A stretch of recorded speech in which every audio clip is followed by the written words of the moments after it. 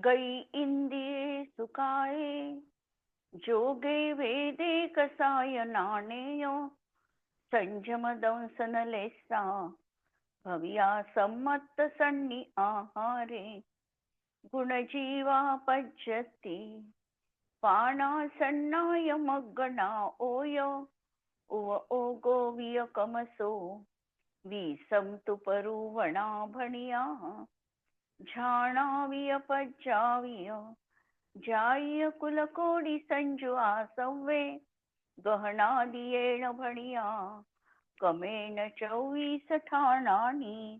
अंतिम शासन नायक 1008 भगवान महावीर स्वामी की जय. द्वादशांग श्रुतदेवी की जय. स्वाध्याय कक्ष संपेपर्यंत आपणा सर्वांना चतुर्विध आहाराचा त्याग असणार आहे. 24 ठाण चर्चा आपण बघतो आहे आणि या चर्चा अंतर्गत संज्ञा प्ररूपणामची सुरू आहे. संज्ञा 4 प्रकारच्या सांगितलेल्या आहे आणि प्रत्येकाचं अंतरंग आणि बहिरंग कारण यांची आम्ही चर्चा केली आणि संज्ञेमध्ये 24 ठाण कसे असतात याची ही चर्चा आपण केलेली आहे. आणि यानंतर प्रश्नोत्तरीकडे वळलेलो आहे. प्रश्नोत्तरीमध्ये संज्ञांची 4 स्थान आहे. 4 वाला 1 स्थान, 3 वाला, 2 वाला, 1 वाला आणि पुढे तो संज्ञातीत पण असणार आहे. आणि या 4 संज्ञांमध्ये कशा प्रकारे ग्रहण करायचं. एक संज्ञावाला जर जीव असेल तर त्याला योग कोणता असतो. जर एकच संज्ञा आहे तर त्याला योग कोणता राहील. एक संज्ञा आहे याचा अर्थ तो 10व्या गुणस्थानवरती परिग्रह संज्ञावाला जीव आहे आणि त्या गुणस्थानामध्ये योगच फक्त राहणार आहे.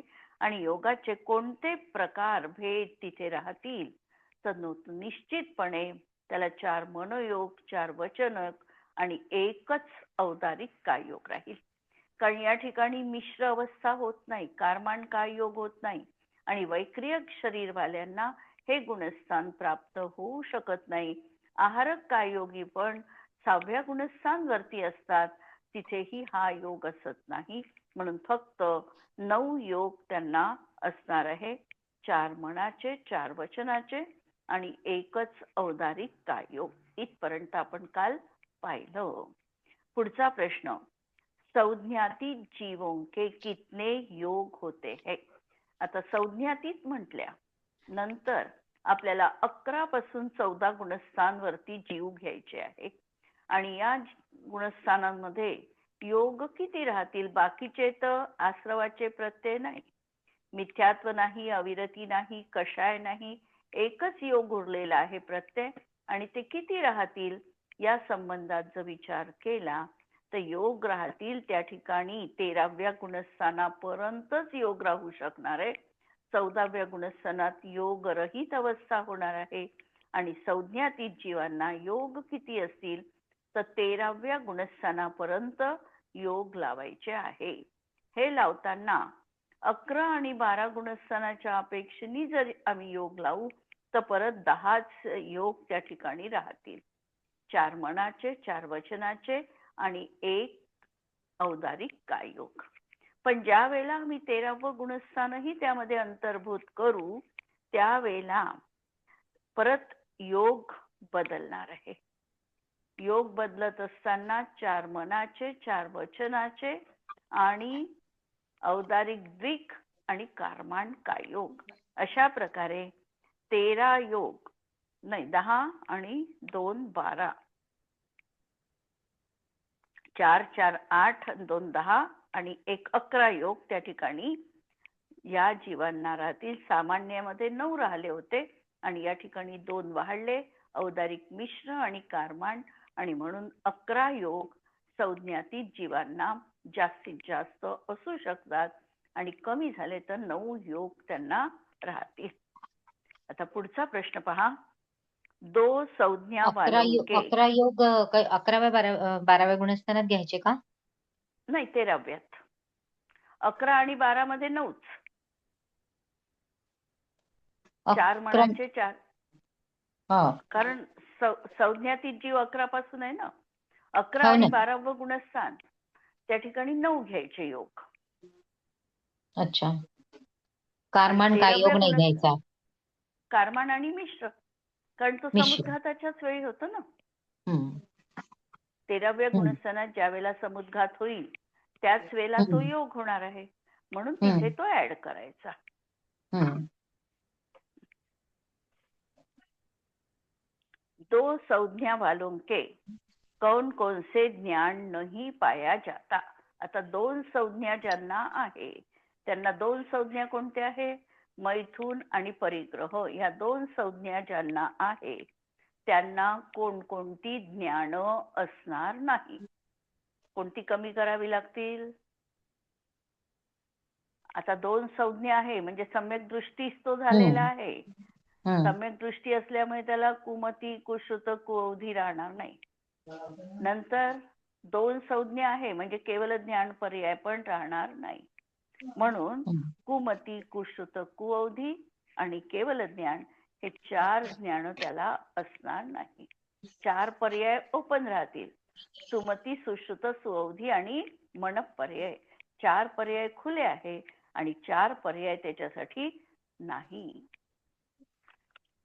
नंतर इसी प्रकार 3 एवं 1 संज्ञा वालों के भी 3 वाल्यांना परत कसे राहतील? 3 घेतले तर मैथून गेलं, किंवा 3 संज्ञा असतील तर कोणत्या राहिल्या? आहारच गेला.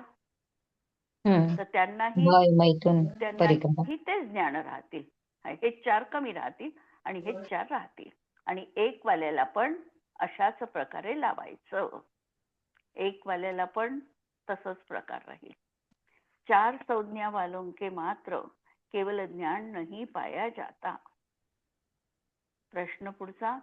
आहार संज्ञा में संयम मार्गणा में कौन कौन से संयम हो सकते हैं? आहार संज्ञामध्ये संयम मार्गण्यामध्ये कोणकोणते संयम असू शकतात? आता आहार संज्ञा ज्याला आहे तो जीव कुठला लावू शकू आम्ही? 6व्या गुणस्थानापर्यंत. 6व्या गुणस्थानापर्यंतचे. 6व्या गुणस्थानापर्यंतचे किती संयम राहतील ते पाहायचे. कोणकोणते राहतील? सामायिक, छेदोपस्थापना, असंयम पण असेल, असंयम पण असेल, आणि 5व्या गुणस्थानामध्ये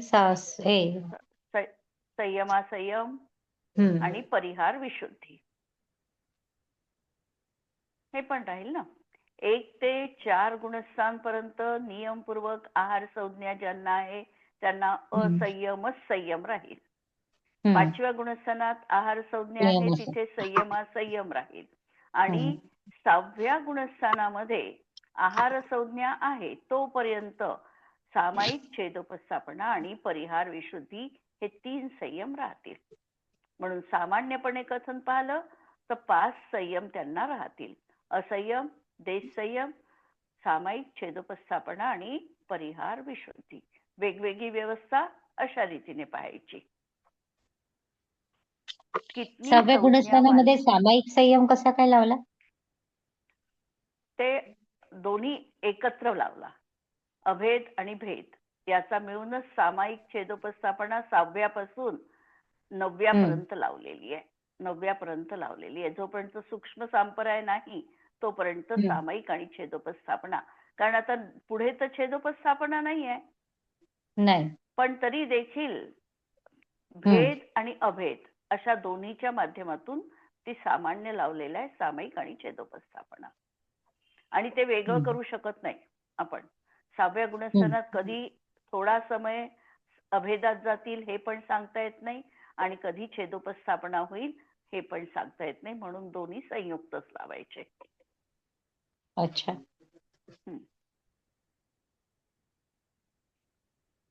कितनी संज्ञा वालों के संयम मार्गणा के कितने भेद होते हैं? संज्ञा वालों के संयम. संज्ञा आता संज्ञा के स्वामी, संयम आणि विशेष. ज्याला 4 संज्ञा आहे त्याला संयम किती राहतील. आत्ता पाहिला आपण 4 संज्ञा वाला हम्म, असेल आज, हम्म, है ना. सामायिक, हम्म. छेदोपस्थापना, परिहार विशुद्धी, उपस्थापना, परिहार संयम विशुद्धी, असंयम संयम आणि असंयम. संयम आणि असंयम. म्हणजे इतके त्यांना संयम राहतील. म्हणजे किती झाले? 5 झाले ना. 5. 5 5. हा. 3 संज्ञा असेल तर किती राहतील? 3 मध्ये आहार गेला 3. त्यामुळे 3 राहतील. म्हणजे असंयम आणि देश संयम गेला म्हणून सामायिक, छेदोपस्थापना आणि परिहार विशुद्धी हे 3 संयम राहतील. 2 संज्ञा ज्यांना आहे त्यांना परिहार विशुद्धी जाईल. परिहार विशुद्धी जाईल, सामायिक आणि छेदोपस्थापना. कारण परिहार विशुद्धी 6व्या 7वंच गुणस्थान आहे. परिहार विशुद्धी 7च्या पुढे नाही आहे आणि म्हणून ते पण गेलं आणि म्हणून 2 संयम राहतील. आणि 1 संज्ञा असेल त्यांना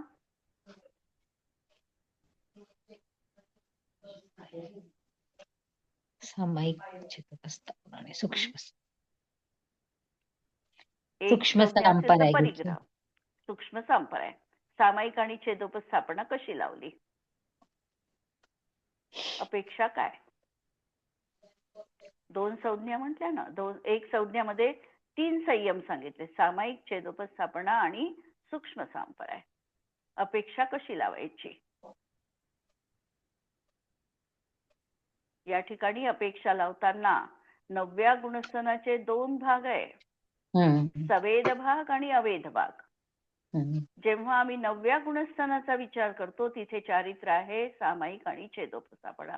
तिथे सूक्ष्म संपराय म्हणता येत नाही. म्हणून अवेद भागामध्ये एकच संज्ञा येतात, परिग्रह संज्ञा. म्हणून सामायिक आणि छेदोपस्थापना 9व्या गुणस्थानाच्या अपेक्षेने आणि 10व्या गुणस्थानात सूक्ष्म संपराय. अशा तऱ्हेने या 1 संज्ञामध्ये 3 संयम पाहिले. हे क्लिअर झालं? आणि संज्ञातीत जीवांना आता कोणता संयम राहील? 1 यथाख्यात. संज्ञातीत जीवों के कितने दर्शन होते हैं? संज्ञातीत जीव आहे त्यांना दर्शन किती राहतील? संज्ञातीत कुठून? 11 पासून संज्ञातीत झाला. म्हणून 11-12व्या गुणस्थानात हे आहे 3 दर्शन आधीचे. 3 दर्शन आणि मग आहे. नंतर पुढे मग एकच दर्शन. नंतर केवल दर्शन, एकच दर्शन राहील. म्हणून 11-12वें गुणस्थान की अपेक्षा 3 दर्शन, चक्षु अचक्षु अवधि. 13वें-14वें गुणस्थान में तथा सिद्ध भगवान में केवल एक केवल दर्शन. संज्ञा के किस स्थान में शुक्ल रेषा होती है? शुक्ल रेषा संज्ञा के किती स्थानात शुक्ल रेषाच असणार आहे? मैथुन आणि परिग्रह मध्ये राहील शुक्ल रेषा. 2 स्थानामध्ये 2 स्थानांमध्ये शुक्ल रेषा भी होती है. संज्ञा के 2 स्थानों में शुक्ल रेषा भी होती है. 4 संज्ञा के स्थान में पहिले तथा 6ठे गुणस्थान की अपेक्षा असं लावलं त्यांनी. संज्ञा के 2 स्थान 4 संज्ञामध्ये पण शुक्ल रेषा असू शकते. पहिल्या गुणस्थानापासून शुक्ल रेषा असू शकते. म्हणून ते स्थान 1 घ्यायचं की 4 संज्ञा ज्यांना आहेत अशा जीवांना देखील 1 ते 6 गुणस्थान पर्यंत 1 शुक्ल रेषा आहे. आणि 3 संज्ञावाल्यांना पहिल्या गुणस्थानापासून शुक्ल ध्यान कोणाला राहणार आहे? शुक्ल रेषा, ध्यान नाही. लेषा विचारला. ध्यानाचं नाही. ध्यान नाही. बरोबर आहे. देवांना वगैरे आहेच शुक्ल रेषा. देवांना, मनुष्यांना, तिर्यंचांना. मनुष्य आणि तिर्यंचांनाही शुक्ल रेषा आहे ना. म्हणून आणि 3 रेषाचं 3 संज्ञा ज्याला आहे त्याला शुक्ल रेषा 7व्या गुणस्थान पर्यंत. आणि ज्याला 2च संज्ञा जीवित आहे त्याला केवळ 1 शुक्ल रेषाच राहणार आहे. थोडं अपेक्षा लक्षात घ्या. इथपर्यंत साही लेशा सांगितल्या किंवा 7व्या गुणस्थानाच्या याच्यात 3 शुभ लेशा घ्यायच्या आणि पुढे मात्र 2 संज्ञा जर असतील तर केवळ शुक्ल लेशा आणि 1 संज्ञा असतानाही शुक्ल लेशा. फक्त म्हणून त्यांनी शुक्ल लेशा भी होती है, शुक्ल लेशा ही नाही म्हटलं, शुक्ल लेशा भी होती है हे घेतलं. म्हणून 4 संज्ञा ज्याला आहे त्याला पण असू शकतात, 3 लेशावाल्याला पण शुक्ल लेशा असू शकते, 3 संज्ञा असणाऱ्यालाही शुक्ल लेशा असू शकते. या अपेक्षेने लावायचं हे.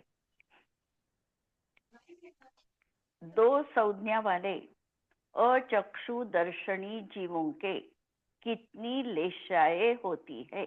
2 संज्ञा वाले अचक्षु दर्शनी जीवों के, अचक्षु दर्शन त्या जीवांना आणि 2 संज्ञा आहे अशा किती लेशा असू शकतील. 2 संज्ञा ज्याला आहे त्याला मैथुन आणि परिग्रह आहे. तर मैथुन आणि परिग्रह असताना त्याला कोणती अचक्षु दर्शन समजा त्यावेळेला आहे तर 1 लेशा आहे शुक्ल लेशा, क्योंकि 2 संज्ञा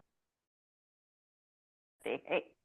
इसी प्रकार चक्षु दर्शनी और अवधि दर्शनी के भी जानना चाहिए.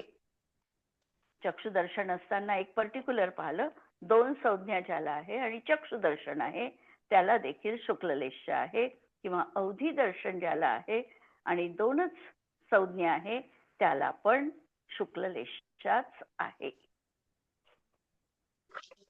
संज्ञा के पुढचा प्रश्न पाहू ना. संज्ञा के किस किस स्थान में कितने सम्यक्त्व हो सकते हैं. 4 संज्ञा असताना किती सम्यक्त्व असू शकतात.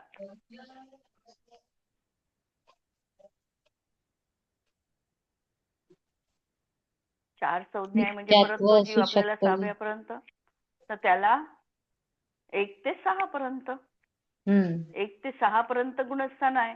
त्याच्यामुळे त्यांना मिथ्यात्व पण आहे, साधन पण आहे, मिश्र सगळे काही सम्यक्त्व त्यांना राहील. आता 3 संज्ञावाला आहे, आहार संज्ञा गेली, 3 संज्ञावाले जीव आहे त्यांना सम्यक्त्व कोणकोणतं राहील. शाईक असू शकते, शाईक असू शकते, शायोपशमिक आणि औपशमिक, द्वितीयोपशम पण असू शकतो. द्वितीयोपशम नाही, प्रथमोपशमही असू शकतो. प्रथमोपशम सम्यक्त्व पण असू शकतं. कारण तो जीव समजा 7व्या गुणस्थानात आहे, प्रथमोपशम सम्यक्त्वाची त्याला प्राप्ती झाली 7व्या गुणस्थानात, तर त्याला आहार संज्ञा असणार नाही. म्हणून कोणताही सम्यक्ती घ्यायचा, प्रथमोपशम घ्या, द्वितीयोपशम घ्या, तिथे 7व्या गुणस्थानात जो राहील त्याला आहार संज्ञा असणार नाही. नंतर 2 संज्ञामध्ये आता 2 संज्ञावाला आहे, आपल्याला लक्षात हे घ्यायचं आहे की तो श्रेणी आरोहण करणारा जीव आहे है ना. श्रेणी आरोहण करणाऱ्या जीवाला 2 संज्ञा असू शकतात, त्यालाच भय संज्ञा जाऊ शकते. त्यामुळे तो निश्चितपणे क्षयोपशमिक सम्यक्त्वी चालणार नाही. म्हणून त्याला असेल तर मग आता इथे क्षयिक सम्यक्त्व किंवा द्वितीयोपशम सम्यक्त्व हेच त्याला राहील, इथे लावायचं द्वितीयोपशम सम्यक्त्व.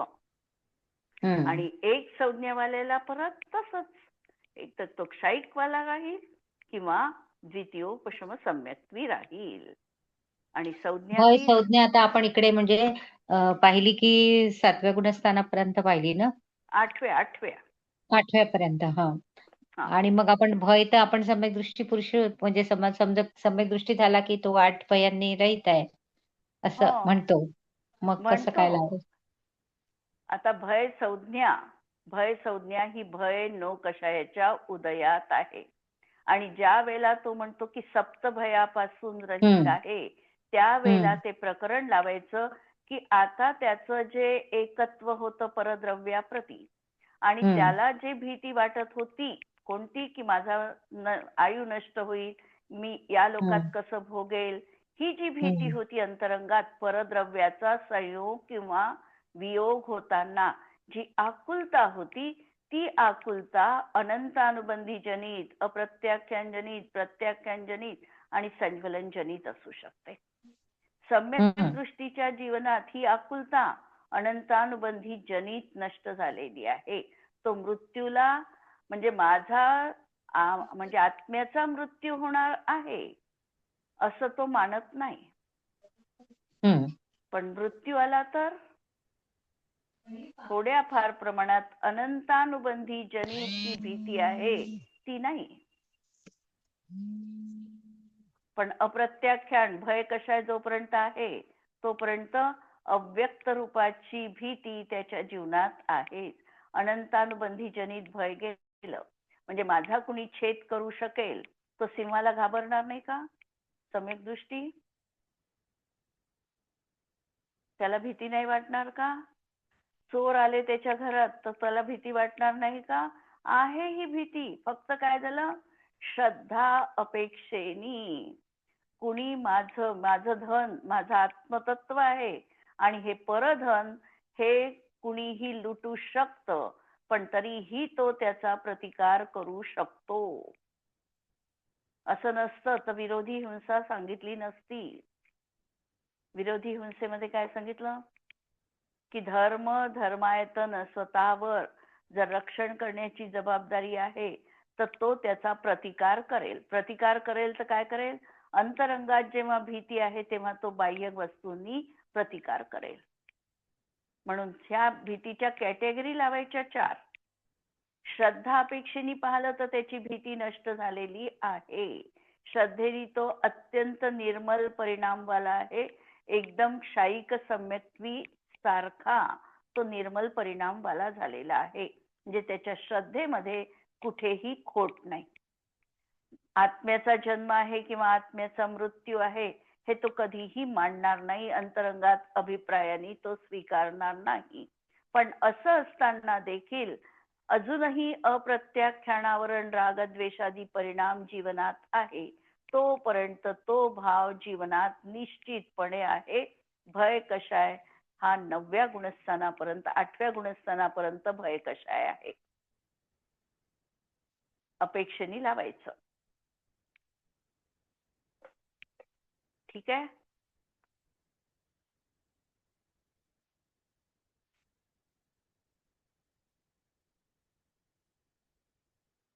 पुढे संज्ञातीत असताना किती सम्यक्त्व राहील. परत संज्ञातीत झाला तरी देखील त्याला 2 सम्यक्त्व राहू शकतो. एक तर क्षयिक राहील किंवा द्वितीयोपशम सम्यक्त्व राहील. दुसऱ्या 2 आणि 1 तथा संज्ञातीत जीवों के शपक श्रेणी की अपेक्षा क्षयिक सम्यक्त्व ही होता है. 12वें आदि गुणस्थान वाले संज्ञातीत जीवों के एक क्षयिक सम्यक्त्व ही होता है. हे तर नक्की आहे. कारण जरी हे गुणस्थान आपण सामान्य अपेक्षेने लावले तरी क्षयोपशमिक सम्यक्त्व तर काढून टाकला आपण, परंतु द्वितीयोपशमवाला हा उपशम श्रेणी चढणार आहे. आणि जर क्षयिकवाला असेल तर त्याला एकच सम्यक्त्व राहील. क्षपक श्रेणी आरोहण करणारा त्याला क्षयिक सम्यक्त्वच एक त्या ठिकाणी राहील. संज्ञा के कितने स्थानों में अनाहरक अवस्था भी होती है. अनाहरक अवस्था होणार म्हणजे काय होणार, त्याचं मरण संभवणार आहे. आता किती स्थानांमध्ये अनाहरक अवस्था असू शकते.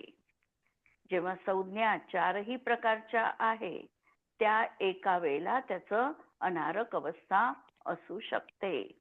यह स्थान कोणत्या गुणस्थानात, 1ल्या 2ऱ्या आणि 4थ्या गुणस्थान की अनाहरक अवस्था में भी पाया जाता है. हे आलं लक्षात की अनाहरक अवस्था पाहायची आहे आणि 4ही संज्ञा आहे तेव्हाच अनाहरक अवस्था असू शकते.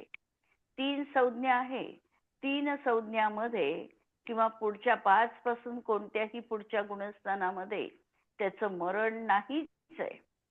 मरण झालं की चौथ्यामध्येच तो येणार आहे. म्हणून अनाहरक अवस्था पहिल्या, दुसऱ्या, चौथ्या आणि समुद्घाताच्या अपेक्षेने 13व्या गुणस्थानात, 4च गुणस्थानात अनाहरक अवस्था लावावी लागते. आता पहिल्या 4 पर्यंत तो 4 संज्ञा वालाच आहे आणि त्यामुळे 4 संज्ञा असताना त्याचं मरण जर संभवनीय आहे तर त्या अवस्थेत त्याची अनाहरक अवस्था बनणार आहे. आणि नंतरची अनाहरक अवस्था जी त्याची प्राप्त होईल ती 13व्या गुणस्थानात तो संज्ञातीत झाल्यावर होणार आहे. म्हणून 4 संज्ञा के स्थान में यह स्थान पहले, दूसरे और चौथे गुणस्थान की अनाहरक अवस्था में भी पाया जाता है और 13वें गुणस्थान वर्ती संज्ञातीत जीवों के समुद्घात अवस्था में अनाहरक अवस्था होती है. प्रश्न क्लिअर झालेला आहे? 12वा प्रश्न क्लिअर झाला? हो. आता संज्ञातिक जीवों के कितने प्राण होते हैं? संज्ञातीत जीव आहे त्याला प्राण किती राहतील? कमीत कमी प्राण लावले तर 10 राहतील. एक आयु. संज्ञातीत जीव पाहायचा म्हणजे शेवटच्या 14 गुणस्थानावरती पाहिला तर एक आयु प्राणच आहे. हो, पण 10व्या 11व्या 12व्या गुणस्थानात पाहिलं तर तिथे ते लावता येतात ना, ते पाहता येतात, ते पाहायचेच आहे. तिथे आयु प्राण. नंतर 11-12 मध्ये 10 प्राण राहतील. 10 प्राण. 13व्यात 4 प्राण राहतील. 4 प्राण. 13व्यात 4 प्राण. मग 3-2 कमी पण निरोध केला की कमी होतील आणि मग शेवटी एक आयु प्राण. म्हणजे 11-12 गुणस्थानाच्या अपेक्षेने त्याला 10 प्राण राहतील. 13व्या गुणस्थानात संपूर्ण आयुष्य जोपर्यंत आहे तोपर्यंत 4 प्राण राहतील. जसा योग निरोध करेल त्याप्रमाणे 4 पासून 3-2 असे प्राण होतील आणि 14व्या मध्ये एक आयु प्राण. अशा तऱ्हेने त्याचे प्राण संज्ञातीत जीवांना असेल. संज्ञातीत जीवों के कितने ध्यान होते हैं? संज्ञातीत जीवांना ध्यान किती होतं? शुक्ल ध्यान असेल. शुक्ल ध्यान 1. त्याचे भेद 4 राहील 10, 11, 12 मध्ये. म्हणजे आधीचे राहतील 11-12 मध्ये. 13व्यात राहील 1. 14व्यात 1. 14व्यात 1. म्हणजे 11च्या अपेक्षेने जर आम्ही बघितलं तर 11 मध्ये त्याचं पृथक्त्व, वितर्क, विचार नावाचं ध्यान राहील 11व्या गुणस्थानात. कारण 11व्या गुणस्थानातून तो खाली येणार आहे त्यामुळे ते ध्यान राहील. नंतर 12व्या मध्ये जर विचार केला तर 12व्या मध्ये काही काळापर्यंत पृथक्त्व, वितर्क आणि नंतर एकत्व, वितर्क ध्यान त्याचं होतं आणि केवळ ज्ञानाची प्राप्ती होते. 13व्या गुणस्थानामध्ये पूर्ण काळपर्यंत उपचाराने ध्यान म्हटल्या जातं आणि जेव्हा ते 13व्या गुणस्थानामध्ये अंतर्मुहूर्त काल शिल्लक राहिला तेव्हा सूक्ष्म क्रिया प्रतिपाती हे ध्यान होतं आणि 14व्या गुणस्थानात 5 ह्रस्व स्वर राहिले असताना कोणतं विपरीत क्रिया निवर्तिनी नावाचं ध्यान त्यांना होतं. क्रमाने अशा प्रकारची ध्यान सामान्य संज्ञातीत म्हटलं की 4ही आपल्याला ध्यान त्या ठिकाणी होतात हे कथन करता येतं. 3 संज्ञा वालों के आश्रव के कितने प्रत्यय होते हैं? 3 संज्ञा ज्यांना आहे आश्रवाचे प्रत्यय. मिथ्यात्व नाही, अविरती नाही, प्रमाद नाही. प्रमाद तर त्याच्यात घ्यायचंच नाही. घ्यायचंच कशाय नाही. घ्यायचे? कशाय? कशायातले 4च राहतील. म्हणजे 4 आणि 4 तिकडे राहतील 6. तिकडे 9 कशायातले राहतील किती? 6. कोणते कमी कराल? 2 वेद 2 वेद म्हणजे 7. हा 7 राहते. 6 7 7. आणि 7 राहील हे एका विशिष्ट यानी. तसे 3ही वेद राहू शकतात म्हणून नो कशाय पण. म्हणून 7 आणि 9 असे पण लावता येतात. आणि जर आम्ही पुरुष वेदीच त्या ठिकाणी अपेक्षेने बघितला तर 1 वेद लावायचा. म्हणून 7 नो कशाय म्हणजे कमीत कमी लावायचे असेल तर 7. म्हणून 4 संज्वलनचे, 7 नो कशाय आणि योग 9. अशा तऱ्हेने त्यांचे कमीत कमी आश्रवाचे प्रत्यय 20 प्रत्यय होतील है ना. 7 आणि 4 11 आणि 9 20 प्रत्यय. आणि याच्यामध्ये सामान्य कथन जर आम्ही ऍड केलं की कारण 3ही योगवाला तीनही वेदवाला श्रेणी आरोहण करू शकतो किंवा त्याला 3 संज्ञा असू शकतात. या अपेक्षेने जर आम्ही बघितलं तर त्याला 2 वेद आणखी जोडले तर त्याचे 22 आश्रवाचे प्रत्यय होऊ शकतात. मैथुन संज्ञा में आश्रव के कितने प्रत्यय होते हैं. मैथुन संज्ञा पाहायची म्हणजे 9व गुणस्थान. 9व्या गुणस्थानामध्ये आश्रवाचे प्रत्यय कमीत कमी किती आणि जास्तीत जास्त किती. 4 संज्वलन राहतील. 4 संज्वलन आहे. वेद एकच राहील. वेद एकच. एकच राहील किंवा 3 लावा पुढे चालून. आणि नंतर योग 9च राहतील है ना. 9 आणि 1 10 आणि 4 14 हे कमीत कमी. आणि ये प्रत्यय 9वें गुणस्थान में जब तक वेद शेष रहता है तब होते हैं तथा अधिक से अधिक 57 प्रत्यय होते हैं क्योंकि मैथुन संज्ञा पहले गुणस्थान से 9वें गुणस्थान तक होती है. आणि एकच योग लावला तर एक योग लावण्यामागे पहिल्यांदा नपुंसक वेद त्या ठिकाणी नष्ट होतो, मग स्त्री वेद नष्ट होतो आणि नंतर पुरुष वेद नष्ट होतो. तर आम्हाला कमीत कमी प्रत्यय पाहायचे आहे म्हणून हे 2 वेद ज्याचे नष्ट होऊन गेलेले आहे तो जीव एक पुरुष वेदवाला त्या ठिकाणी बघून हे कथन केलेलं आहे. किंवा थोडं याच्यात आणखी बारीक की जर तो नपुंसक वेदानी श्रेणी आरोहण करत असेल आणि क्षपक श्रेणी नपुंसक वेदानी आरोहण करत असेल तर त्याचा वेद हा पहिल्यांदा जातो. कारण क्रम आहे. पुरुष वेदवाल्याला वेद जायला वेळ लागणार आहे पण नपुंसक वेदवाल्याचा पहिल्याच याच्यामध्ये वेद नष्ट होतो. नपुंसक वेदाचा पहिले क्षय होतो, मग स्त्री वेदाचा होतो आणि मग पुरुष वेदाचा क्षय होतो. म्हणून याच्यामध्ये त्याचं कमी याच्यात कार्य असं झालेलं आहे. असा हा वेद आहे. मला वाटते उद्याला आपण सुट्टी घेऊया आणि परवाला आपला क्लास होईल. इथे आपण थांबू. जिनवाणी के ज्ञान ते तुझे लोकालोक तो जिनवाणी मस्तक नमो सदा देत हो. नमो अरिहंताणम नमो सिद्धाणम नमो आयर्याणम नमो वज्रायाणम नमो लोये सवसाहुणम. सर्वांना जय जिनेंद्र.